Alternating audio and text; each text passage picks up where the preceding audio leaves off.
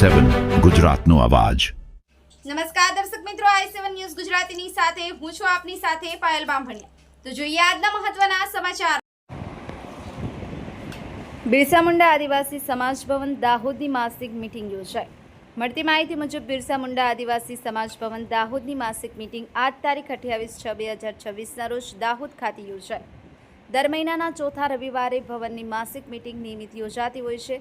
આજરોજ સવારના 8:30 થી 10 દરમિયાન બિરસા આદિવાસી સાર્વજનિક ટ્રસ્ટની મીટિંગ યોજાતી, જેનું અધ્યક્ષસ્થાન ટ્રસ્ટના પ્રમુખ CR સંગાડાએ નિવૃત્ત અધિક કલેક્ટરે શોભાવ્યું હતું, જેમાં ટ્રસ્ટના ટ્રસ્ટી ઉપરાંત સલાહકાર સમિતિના સભ્યો RS નીનામા, SP ભગોરા અને કલ્પેશભાઈ પારગી ઉપસ્થિત રહ્યા હતા।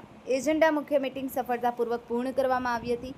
10 થી 12:30 સુધી બિરસા મેનેજમેન્ટ ટીમની મીટિંગ ભવનના ક્વીનર BB વહોનિયાના અધ્યક્ષસ્થાને યોજાઈ હતી, જેમાં ટ્રસ્ટ સલાહકાર સમિતિ અને મેનેજમેન્ટ ટીમના સભ્યો સંયુક્ત રીતે ઉપસ્થિત રહ્યા હતા અને એજન્ડા મુજબની કાર્યવાહી, ચર્ચાઓ અને નિર્ણયો લેવામાં આવ્યા હતા।